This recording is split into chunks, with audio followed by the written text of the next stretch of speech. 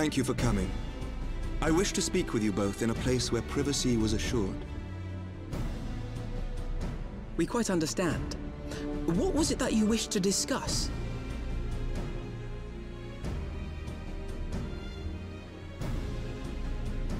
With my father's passing, the seat of the Archbishop lies vacant.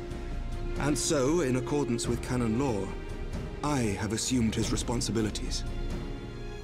I should stress that this is a temporary measure.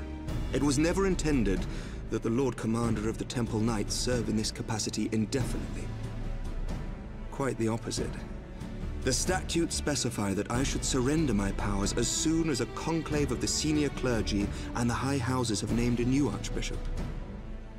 But in light of recent events, that would not seem appropriate. I confess I did not expect you to divulge quite so much quite so soon. The details of the Archbishop's plans, perhaps, but the true origin of the war and all it entails? I too had concerns. But when the Warrior of Light is witnessed returning to the capital upon the back of a dragon, one's options are rather limited. Mayhap I could have concealed certain details, but for how long? And at what risk? Should the truth have come to light in the meantime, how would the people have viewed my silence? After 1,000 years of lies and secrecy, I could not well abuse their trust and hope to be believed. The time for deception has passed. I only wish the people agreed. That some would deny the truth I had anticipated, but not this many. And among the few who acknowledged that my father had to be stopped, no small number question our methods.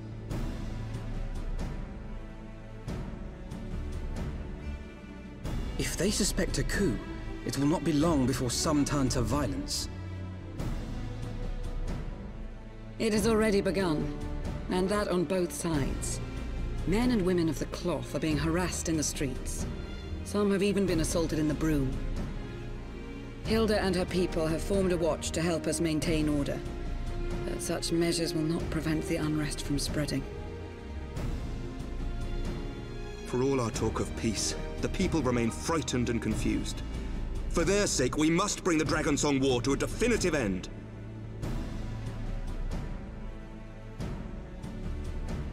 And we should be glad to help you, Sir Emmerich. But what precisely would you have us do?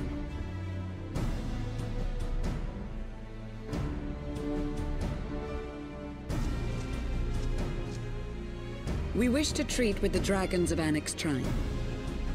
To that end, I would trouble you for an escort and an introduction.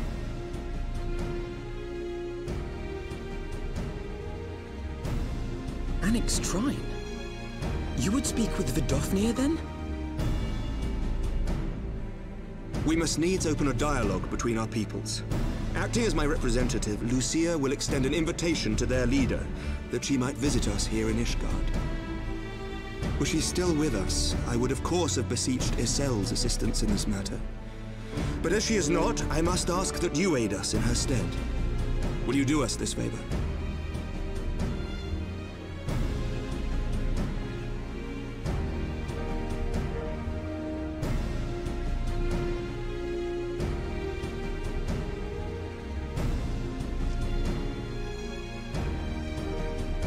Thank you, my friends.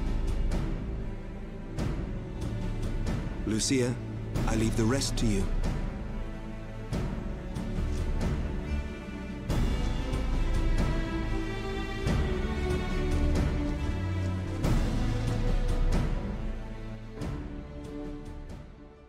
In the wake of the Archbishop's fall, the nation of Ishgard trembled, the faith of her people shaken to its very core.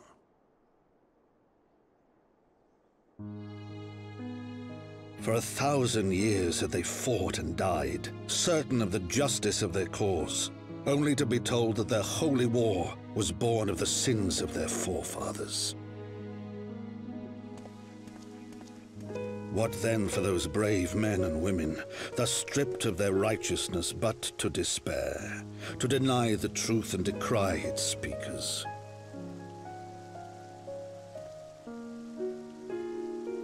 And what then for those whom they defamed but to hope on? To have faith in a brighter tomorrow?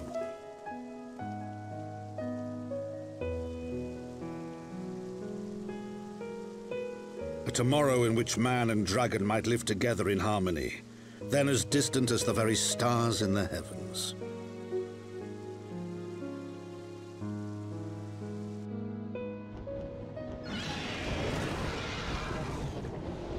Yet while we dared to hope, deep within his lair the enemy lay, gathering his strength. Nidhogg, now possessed of his 2 eyes and the body of the Azure Dragoon, prizes to which he had laid claim at the very hour of the hero's triumph.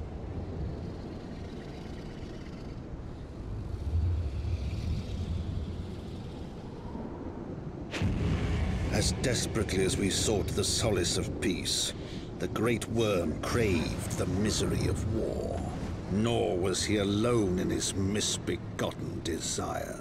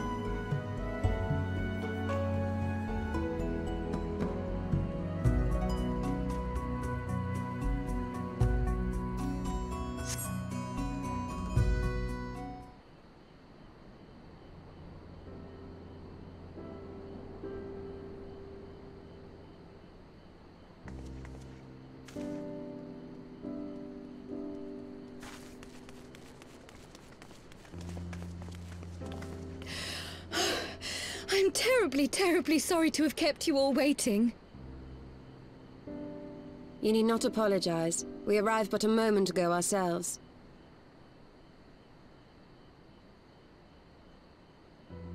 Pray, allow me to introduce Krile, who has recently come from the Sharlayan motherland. She has generously offered to assist us.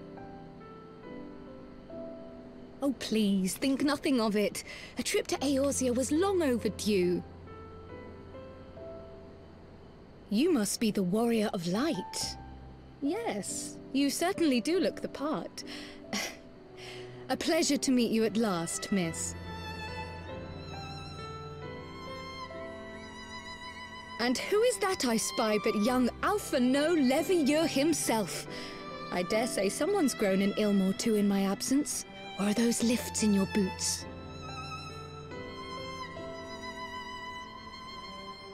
We, Miss Krile and I met at the Studium years ago. I shall forever be indebted to her for her sage guidance. It was no small task keeping him out of trouble, believe you me. The youngest ever to enter the Studium, him and his sister, 11-year-old prodigies. Suffice it to say, social graces were not among his list of talents. Striding up to his seniors on his first day, head held high. What was it he said again? Thank you, Krile.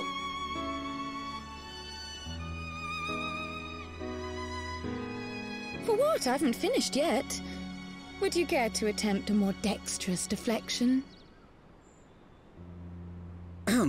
Mayhap we should save this delightful conversation for a more fitting occasion, when pressing matters do not demand our undivided attention. A bit much, but better. I can tell you have been putting your skills to use here in Eorzea.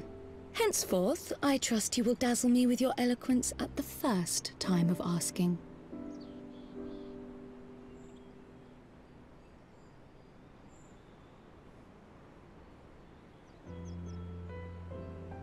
Right, on to more pressing matters. Finding Minfilia and the other missing scions.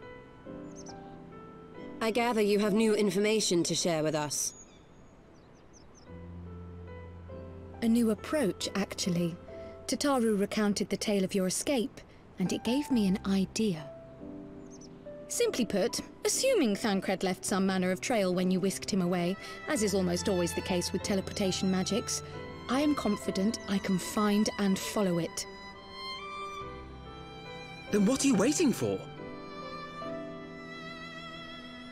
The wherewithal to do it. The fact is, my abilities aren't quite up to the task. Not in themselves, anyway. If I had Master Matoya's crystal eye, on the other hand... Then let us all call on her forthwith. I think it best you explain your plan to her in person.